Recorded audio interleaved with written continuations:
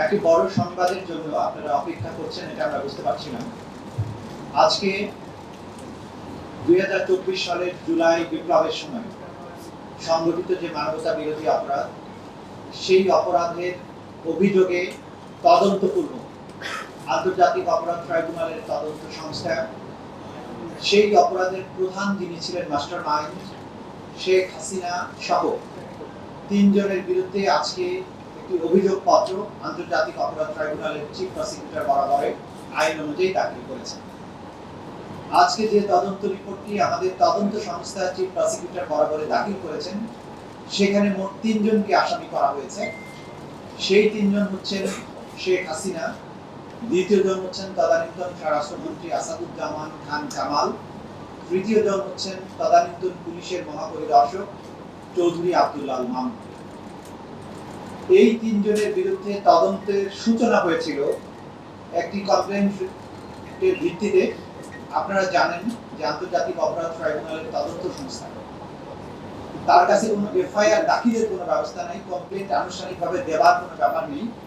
তিনি যদি তার নিজের জ্ঞান থেকে, নলেজ থেকে বা যে কোনো সূত্র থেকে অপরাধ সংঘটিত হয়েছে মর্মে তার নলেজে আসে, তাহলে তিনি সেটার ভিত্তিতেই তদন্ত শুরু করতে পারেন।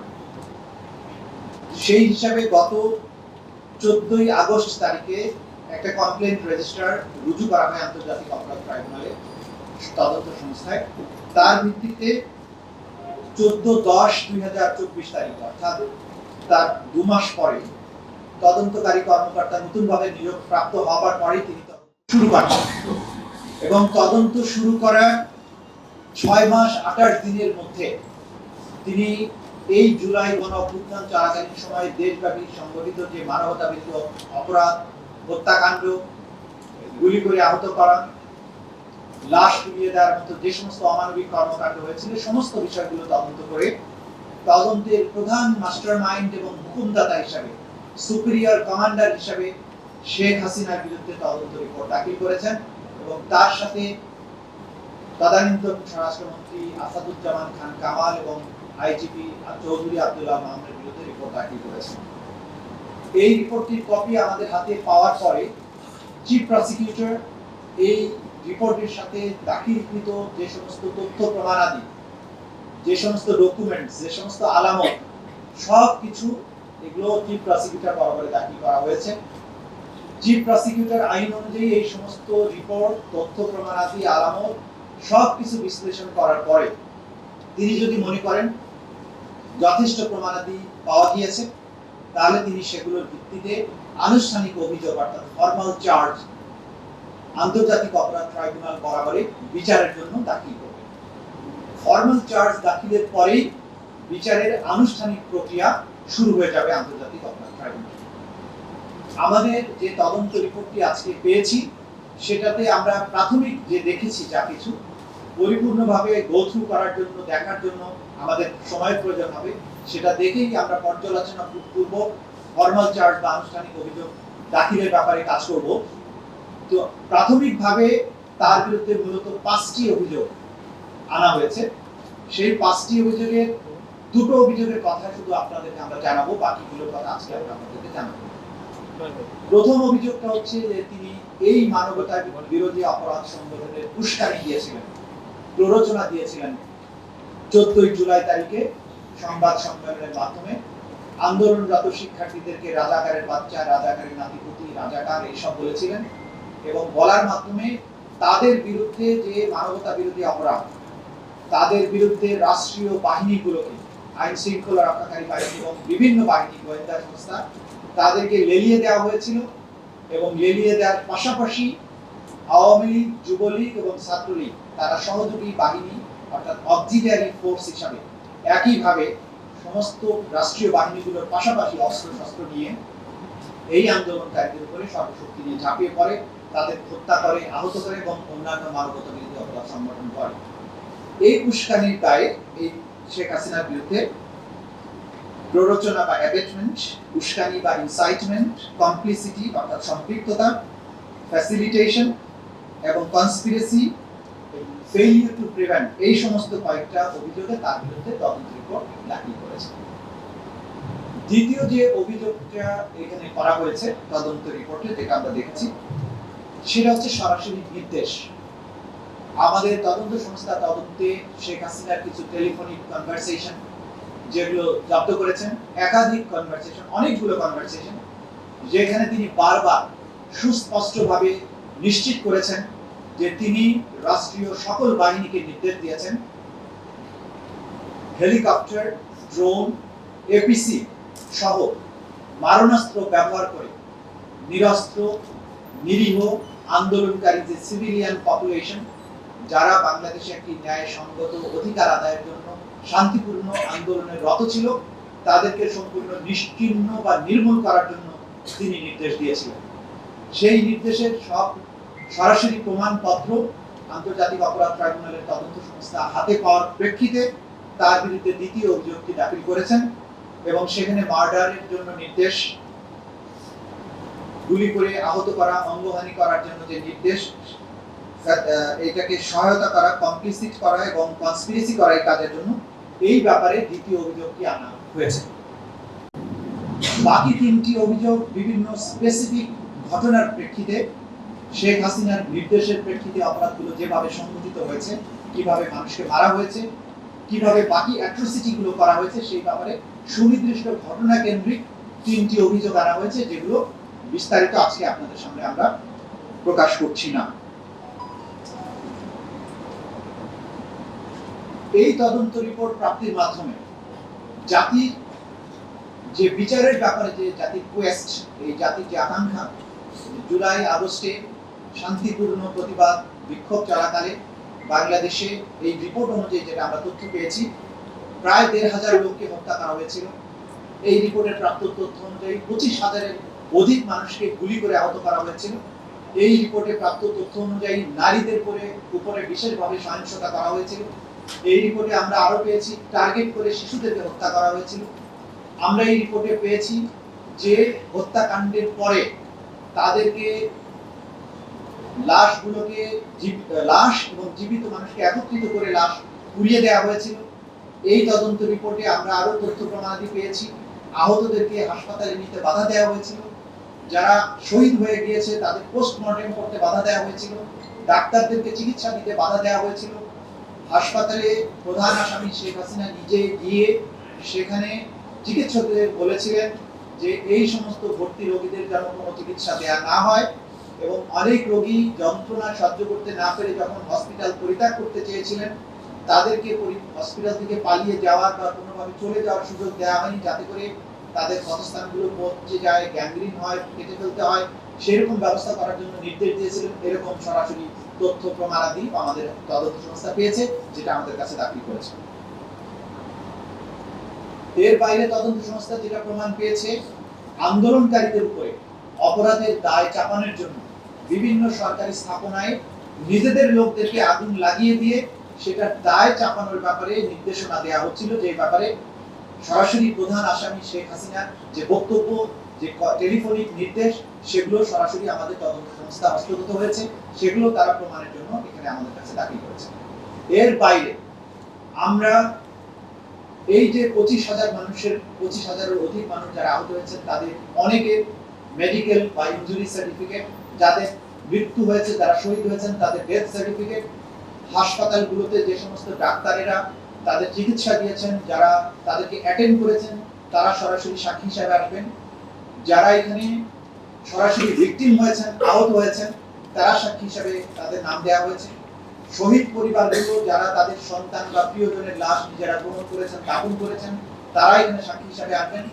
আলামত হিসেবে বিভিন্ন কল রেকর্ড, অসংখ্য video footage, audio footage, audio clipping, এরপরে বুলেটস যেগুলো নিহতদের বা আহতদের শরীর থেকে উদ্ধার করা হয়েছে সেগুলো, বিভিন্ন হেলিকপ্টারের যে সমস্ত ব্যবহার করা হয়েছে সেগুলো, ফ্লাইট শিডিউল, সেখানে কারা যাত্রী ছিলেন, কি কি অস্ত্রশস্ত্র ব্যবহার করা হয়েছে সেগুলো, বিভিন্ন জাতীয় আন্তর্জাতিক সংস্থা থেকে প্রাপ্ত যে সমস্ত ডকুমেন্ট, তথ্য প্রমাণাদি, বিভিন্ন সংস্থার কাছ থেকে তাদের ইন্টারনাল ইনকোয়ারি প্রেক্ষিতে যে সমস্ত তথ্য প্রমাণাদি তারা পেয়েছেন এই জুলাই আগস্টের মানবতা বিরোধী অপরাধ সংক্রান্ত, সেসব ব্যাপারে তথ্যাদি, অনেক সাক্ষীদের জবানবন্দি যারা ম্যাজিস্ট্রেটের কাছে গিয়েছেন সেগুলো, অনেক আসামি যারা জবানবন্দি দিয়েছেন, স্বীকারোক্তি দিয়েছেন, সেগুলো সামগ্রিকভাবে এই অপরাধ প্রমাণের জন্য যা যা দরকার সেই ধরনের সাক্ষ্য প্রমাণ তদন্ত সংস্থা দাখিল করেছেন। আমরা আশা করছি স্বল্প সময়ের মধ্যেই আমাদের আন্তর্জাতিক মান বজায় রেখে এবং বিচারে যাতে কোনো ত্রুটি না থাকে সেই বিষয়গুলোকে সামনে রেখে এই বিষয়গুলো বিশ্লেষণ পূর্বক আমরা ফর্মাল চার্জ তৈরি করে আদালতে দাখিল করব এবং তারপরে আনুষ্ঠানিক বিচার শুরু হবে। একটি বিষয় আপনাদেরকে আমরা নিশ্চিত করতে চাই, দেশব্যাপী মানুষের মধ্যে চাহিদা আছে দ্রুত বিচার শুরু করার জন্য, কিন্তু আপনাদেরকে আমরা বলে দিতে চাই বিচার এবং আন্তর্জাতিক অপরাধ ট্রাইব্যুনালের যে বিচার, মানবতা বিরোধী অপরাধের বিচার, এটা কোনো সাধারণ বিচার নয়।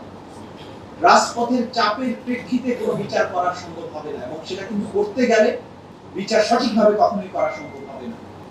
এটা একটা প্রফেশনাল জায়গা, এখানে আইনের এবং ইনভেস্টিগেশনের অনেক খুঁটিনাটি এত জটিল বিষয় আছে, আপনি চাপ দিলে এটা কখনো করা যাবে না।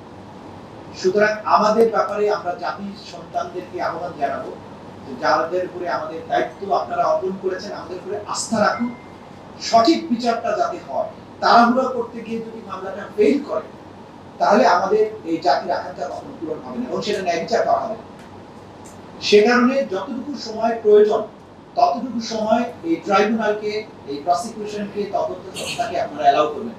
শেখ হাসিনার বিরুদ্ধে কমান্ড রেসপন্সিবিলিটির দায়ে তদন্ত রিপোর্ট আমরা পেয়েছি, কিন্তু সারা দেশব্যাপী যে অজস্র হত্যাকাণ্ড হয়েছে, অঞ্চল ভিত্তিক যে হত্যাকাণ্ডগুলো হয়েছে, সেগুলোর নিখুঁত তদন্ত অব্যাহত আছে এবং এটা থাকবে এবং সেখান থেকে আমরা নিখুঁতভাবে রিয়েল পারপিট্রেটরদেরকে আইডেন্টিফাই করে তাদেরকেও বিচারের মুখোমুখি করার কাজটি আমরা সম্পন্ন করতে চাই। সে ব্যাপারে আমাদের তদন্ত সংস্থা দৃঢ় প্রতিজ্ঞ আছে, তারা প্রতিনিয়ত সেই কাজগুলো করতে থাকবেন। কিন্তু সুপিরিয়র রেসপন্সিবিলিটির দায়ে শেখ হাসিনা সহ এই তিনজনের বিচার, এই প্রক্রিয়াটা এখন থেকেই শুরু হয়ে যাবে। এই কথাগুলো বলে, যেহেতু আপনারা সবাই এই বাংলাদেশেরই সন্তান এবং এই বাংলাদেশ নিয়ে আপনারা সবাই দায়বদ্ধ আছেন, আমরা চাইবো বিচারে কোনো রকমের অনিয়ম না হোক, কোনো রকম মানবাধিকার লঙ্ঘন না হোক, বিচারে কোনো ত্রুটি বিচ্যুতি না হোক, কোনো প্রশ্ন না উঠুক, বিচারটি সঠিক এবং আইনসঙ্গত উপায়ে এমনভাবে হোক যাতে করে আসামি পক্ষ কিংবা বাদী পক্ষ কেউই বলতে না পারে যে এই বিচারটা সঠিক হয়নি। সেই বিষয়টা নিশ্চিত করার ব্যাপারে আমরা সম্পূর্ণ বদ্ধপরিকর।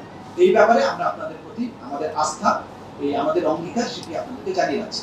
এই কথাগুলো বলেই আজকে আমাদের ব্রিফিং এখানে শেষ। এইটার জবাব ইন্টারপোল অথরিটি ভালো দিতে পারবেন। আমাদের দিক থেকে তথ্য দিয়ে তাদেরকে রিকোয়েস্ট করাটাই আমাদের কাজ। ইন্টারপোল তাদের কিছু স্ট্র্যাটেজি ফলো করে বলে আমরা জানতে পেরেছি। যখন কোনো রাজনৈতিক সরকার উৎখাত হয়ে যায়, তাদের বিরুদ্ধে মানবতা বিরোধী অপরাধের তথ্য অনুযায়ী তাদের বিরুদ্ধে রেড ওয়ারেন্ট জারির কথা বললেও তারা এগুলো সময় নেয়। ট্র্যাডিশনালি তারা সময় নেয়, এটা তাদের সমস্যা। আইন অনুযায়ী তারা এটা করতে বাধ্য, কিন্তু তারা কেন করছে না সেটার জবাব এটা ইন্টারপোলই দিতে পারবে, আমরা জানি না। কারণ আমরা অপরাধের সুস্পষ্ট তথ্য প্রমাণাদি সহ আদালতের আদেশ সহ তাদের কাছে পাঠিয়েছি এবং যে অপরাধের দায়ে শেখ হাসিনার বিরুদ্ধে আমরা রেড ওয়ারেন্ট চেয়েছি, সেই একই রকম অপরাধের দায়ে আমরা কিন্তু অন্যদের ব্যাপারেও চেয়েছি। কারো ব্যাপারে দিয়েছে, কারো ব্যাপারে দেয়নি। হয়তো তারা কিন্তু বলেনি যে আমরা দেবো না, তারা বলছে আমরা এটা পরীক্ষা নিরীক্ষা করে দেখছি। সেটা কতদিন লাগবে, সেটা ডিপ্লোম্যাটিক ভাষা, সেটা ইন্টারপোল ভালো বলতে পারে।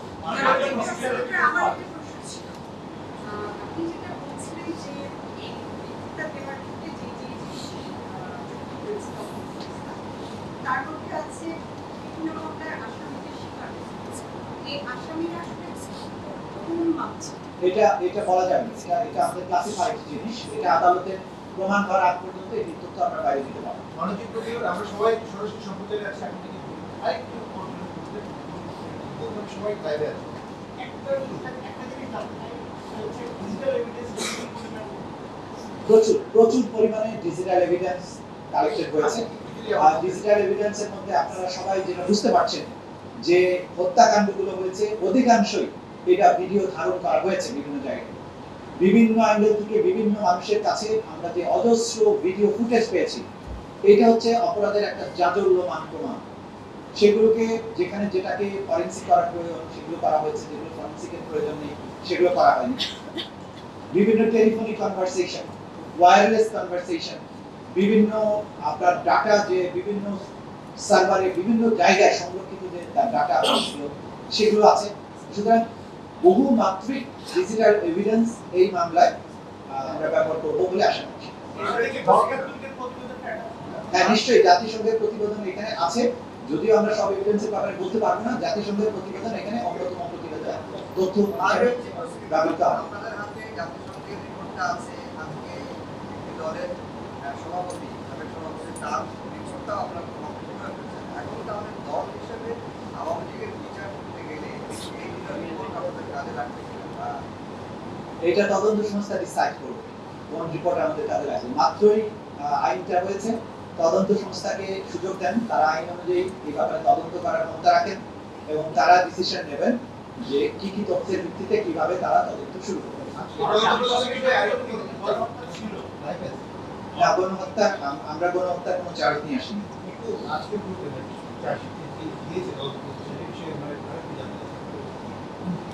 না, যেটা বলা হয়ে গেছে এটা রিপিটেশন আমরা করতে চাই না।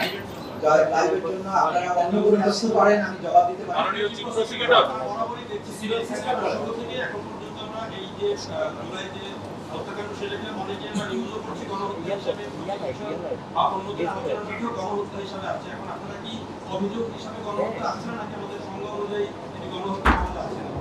প্রচলিত ভাষায় আমরা বাংলাদেশের প্রচলিত ভাষায় যদি একসাথে বেশি মানুষ মারা যায় তাহলে আমরা বলি যে গণহত্যা হচ্ছে, একসাথে অনেক মানুষ মারা গেছে, এটাকে মাস কিলিং অথবা ম্যাসাকার বলতে পারে।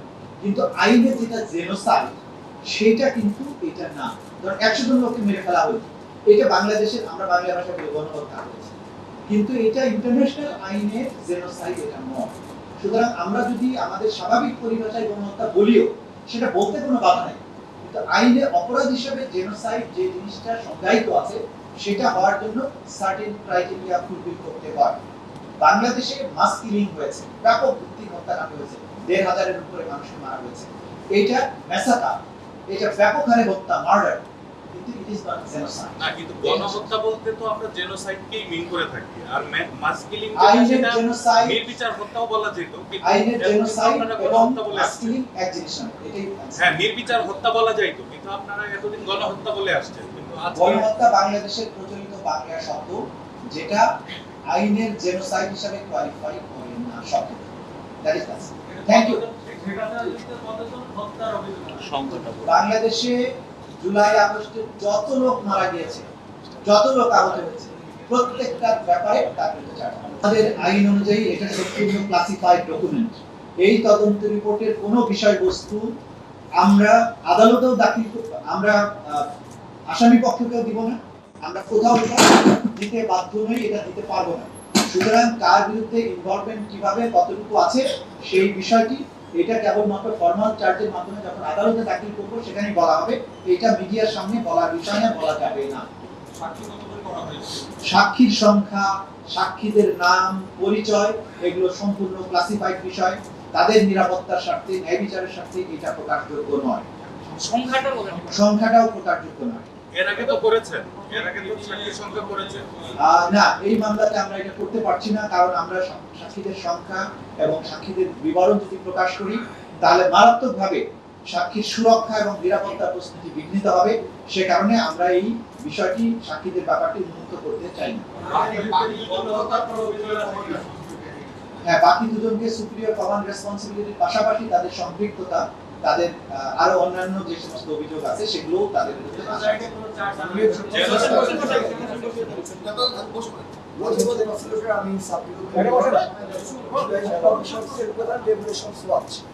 আপনাদের কাছে একটা প্রশ্ন, আজকে তো তদন্ত রিপোর্ট দাখিল করা হলো, তাহলে এর পরবর্তীতে আপনারা কি পদক্ষেপ গ্রহণ করবেন এবং একটা রায় পাওয়ার আগে আমাদেরকে কতদিন পর্যন্ত অপেক্ষা করা লাগবে?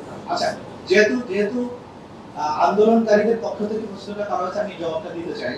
ইতিমধ্যে আমি বলেছি যে তদন্ত রিপোর্ট দাখিলের পরের প্রক্রিয়াটা হচ্ছে চিফ প্রসিকিউটর এই তদন্ত রিপোর্ট এবং তদন্ত রিপোর্টের সাথে সম্পৃক্ত যে সমস্ত দাখিলকৃত দলিলাদি, সাক্ষ্য প্রমাণাদি আছে, এগুলো বিশ্লেষণ করে তিনি ফর্মাল চার্জ তৈরি করবেন, অর্থাৎ আনুষ্ঠানিক অভিযোগ তৈরি করে সেটি আদালতের কাছে দাখিল করবেন। আদালতে ফর্মাল চার্জ দাখিল করা হলে তখন থেকে আনুষ্ঠানিক বিচারের যাত্রাটা শুরু হবে। এবং এই যাত্রাটা ফর্মাল চার্জ দাখিলের পরপরই শুরু হবে। রায় পেতে কতদিন সময় লাগবে এটা বলার ক্ষমতা চিফ প্রসিকিউটরের নেই, কারোরই নেই। কারণ এটি নির্ধারণ করবেন আদালত, এটি নির্ধারণ করবে পরিস্থিতি, কতজন সাক্ষী আদালতে সাক্ষী দেবেন, কতটুকু সাক্ষী নেওয়ার প্রয়োজন হবে, মামলা প্রমাণের জন্য যত দূর যেতে হবে ততদিন সময় প্রসিকিউশনকে দিতে হবে। সুনির্দিষ্ট তারিখ দিয়ে কখনোই বিচার কার্য পরিচালনা করা যায় না, এটা উচিত নয়, এটা বিতর্ক তৈরি করবে, এটা সমালোচনার বিষয় হবে। সুতরাং তদন্ত রিপোর্ট দাখিল হয়েছে, এখন আমরা দ্রুততম সময়ের মধ্যে ফর্মাল চার্জ দাখিল করব এবং ফর্মাল চার্জ দাখিলের মাধ্যমে আনুষ্ঠানিক বিচারের যাত্রা শুরু হবে। সেটা সমাপ্তি কতদিনে হবে সেটা আদালত নির্ধারণ করবেন, এটা আমাদের এখতিয়ারের দরকার নেই। মাননীয় চিফ প্রসিকিউটর, আমার একটি প্রশ্ন হলো, সরকার ইতিমধ্যে আইনটি সংশোধন করে সংগঠনের বিচারের একটি বিষয় যুক্ত করেছে, যেটা আগেও একবার ছিল। এ বিষয়ে বলবেন, আর দ্বিতীয় ট্রাইব্যুনাল গঠন করে দিয়েছে সরকার, এখানে বিচার কাজ কবে নাগাদ শুরু হবে? আমি একটু প্রশ্নতে add করতে চাই। শেখ হাসিনা আমাদের একটা দলের প্রধান দল হিসাবে আওয়ামী লীগের বিরুদ্ধে কোনো চার্জ আছে? দেখুন, প্রথম কথা হচ্ছে যে সংশোধনী গত রাত্রে আইনে এসেছে, এটা আমরা দেখেছি। সেখানে রাজনৈতিক দল অথবা সংগঠন হিসেবে তারা যদি অপরাধের সাথে সম্পৃক্ত হয় তাদেরকে বিচারের আওতায় আনা যাবে বলা হয়েছে, এবং বিচারে তাদের কি কি শাস্তি প্রয়োগ করা যাবে সেই বিষয়টিও এখানে আনা হয়েছে। গত রাত্রে মাত্র এই আইনটা প্রণয়ন করা হয়েছে। এখন আমরা ভবিষ্যতে সিদ্ধান্ত নেব যে কোন রাজনৈতিক দলের বিরুদ্ধে তদন্ত করা হবে কিনা এবং তাদেরকে বিচারের মুখে আনা হবে কিনা। এটা আমরা প্রাপ্ত তথ্য অনুযায়ী, যেটা আপনারা জানেন যে আমাদের কোনো এফআইআর প্রয়োজন হয় না, আমাদের তদন্ত সংস্থার কাছে যদি মনে হয় হ্যাঁ এই দলটি রাজনৈতিকভাবে মানবতা বিরোধী অপরাধের সাথে সম্পৃক্ত হয়েছে, তাদের বিরুদ্ধে তদন্ত করা দরকার, তাহলে আইন অনুযায়ী তদন্ত প্রক্রিয়া শুরু হবে এবং যা যা আইনের ব্যবস্থা আছে সেগুলো চলমান হবে। মাত্র আইনটা হয়েছে, এখনই এই বিষয়ে মন্তব্য করার সময় আসেনি। দ্বিতীয় প্রশ্নটি ছিল কি বলছিলেন? দ্বিতীয় ট্রাইব্যুনাল গঠন হয়েছে, তারা আজকেই এসে যোগদান করবেন। দ্বিতীয় ট্রাইব্যুনাল গঠনের মধ্য দিয়ে আমাদের এখানে যে সমস্ত মামলা বিদ্যমান এখন আছে সেটার মধ্য থেকে কিছু মামলাকে যদি আমরা দ্বিতীয় ট্রাইব্যুনালে নিয়ে আসতে চাই তাহলে প্রজ্ঞাপনের প্রশ্ন থাকবে, সিদ্ধান্ত নিয়ে সেই প্রজ্ঞাপনের মাধ্যমে কিছু মামলা যে এই ট্রাইব্যুনালে বিচারাধীন মামলার কিছু অংশ সেখানে ট্রান্সফার করা যাবে। এটা হচ্ছে একটা প্রক্রিয়া। দ্বিতীয় প্রক্রিয়াটা হচ্ছে নতুন করে যে সমস্ত পিটিশন আমরা এখন ফাইল করব, কেসগুলো ফাইল করব, মিসেলেনিয়াস কেসগুলো ফাইল করব, সেগুলো চিফ প্রসিকিউটরের সিদ্ধান্ত অনুযায়ী চিফ প্রসিকিউটর যদি দ্বিতীয় ট্রাইব্যুনালে যে সমস্ত মামলা ফাইল করবেন সেগুলো শুনানি দ্বিতীয় ট্রাইব্যুনালে হবে। যেগুলো শুনানি প্রথম ট্রাইব্যুনালে করতে চাইবেন ওখানে পিটিশন দেবেন, সেটা সেখানে হবে। সুতরাং কোন মামলাটি কোন ট্রাইব্যুনালে যাবে নতুনগুলো, এটা মূলত প্রসিকিউশন ডিসাইড করে সেই কোর্টে যাবে। আর পুরাতন মামলাগুলোর মধ্য থেকে কোনগুলো এখানে আসবে এটা একটা প্রজ্ঞাপনের মাধ্যমে সিদ্ধান্ত নিয়ে এখানে শিফট হবে অথবা হবে না। না, গণহত্যার কোনো চার্জ নেই, কারণ গণহত্যার যে আন্তর্জাতিকভাবে স্বীকৃত যে সংজ্ঞা আছে সেই সংজ্ঞার মধ্যে বাংলাদেশে যেগুলো অপরাধ হয়েছে সেগুলো ক্রাইমস এগেইনস্ট হিউম্যানিটি, মানবতা বিরোধী অপরাধ।